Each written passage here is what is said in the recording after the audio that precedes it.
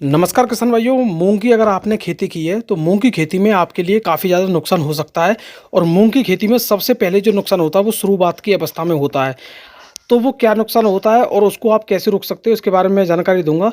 तो किसान भाइयों, सबसे पहले तो मैं बता दूं कि शुरुआत की अवस्था में मूंग में इल्लियाँ लगती है। जैसे आप ये देख रही हो, ये दो पत्ते हैं और इनके बीच में से एक तीसरा पत्ता निकलेगा, उसमें सबसे ज़्यादा नुकसान होगा। जैसे कि आपको मैं दिखा दूं अभी एक फ़ोटो में, ये देखिए किसान भाइयों, इस फोटो में देख रहे हो बीच में ऐसा ये खराब हो जाएगी, यानी इल्लियाँ काफ़ी लग जाएगी। चाहे किसान भाइयों आपकी मूंग 668 हो, SML 668 या PTM 139 हो, कोई भी वैरायटी आपने मूंग की बो रखी है, दो पत्ते के बाद किसान भाइयों जब तीसरा पत्ता निकलता है तो इसके गर्दन को ये इल्लियाँ होती हैं, ये दाब देती हैं, यानी इसको गर्दन को खा जाती हैं। इस वजह से आपकी मूंग का जो पत्ता वहीं के वहीं ख़त्म हो जाता है, मूंग के पेड़ है जो होता है वो वहीं के वहीं ख़त्म हो जाता है। तो ये इल्लियाँ आती कहाँ से, ये जान लीजिए सबसे पहले।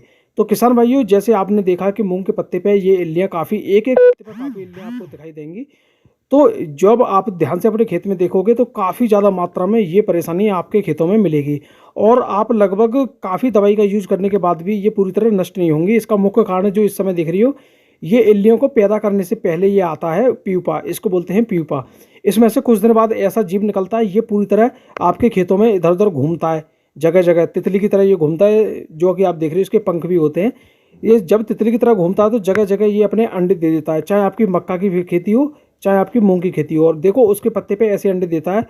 और किसान भाइयों, अंडे आप ध्यान से देखना, ये एक बार में 350 अंडे तक दे सकता है। तो और देखो ये जो तितलियाँ, यानी इसको जो पीपा में से जो निकलता है इसको बोलते हैं हम वयस्क कीट। वो वयस्क कीट काफ़ी ज़्यादा अंडे देता है और ये अंडे आपको दिखाई नहीं देंगे, ये काफ़ी या तो पत्ती के नीचे दिखाई देंगे या किसी किसी पौधे पे आपको दिखाई देंगे, या तो ये मक्का के पौधे पे भी आपको दिखाई देंगे और मूंग के पौधे पे भी दिखाई देंगे और भिंडी की खेती में भी दिखाई देंगे। तो किसान भाइयों, ये जो अंडे होते हैं इनसे ही इल्लियाँ निकलती हैं और ये इनका फिर हो जाता है विस्फोट। यानी जब इनसे इल्लियाँ निकलती हैं तो काफ़ी ज़्यादा मात्रा में निकलती हैं और जिस पौधे से होकर निकलती हैं उस पर वो काफ़ी ज़्यादा नुकसान पहुँचाती है। इस समय जो मेरे हाथ में देख रही हो, ये भिंडी के पौधे पे थी, ये भिंडी के पौधे पे अंडे दिए हैं इसने। तो किसान भाइयों, ये वीडियो मैं कम से कम 8 दिन में बना पाया हूँ आपके लिए, एक एक रिसर्च करके। तो इस वीडियो को ज़रा यार समझना है आपके लिए कि ये इल्लियाँ आती कहाँ से। सबसे पहले ये होता है प्यूपा।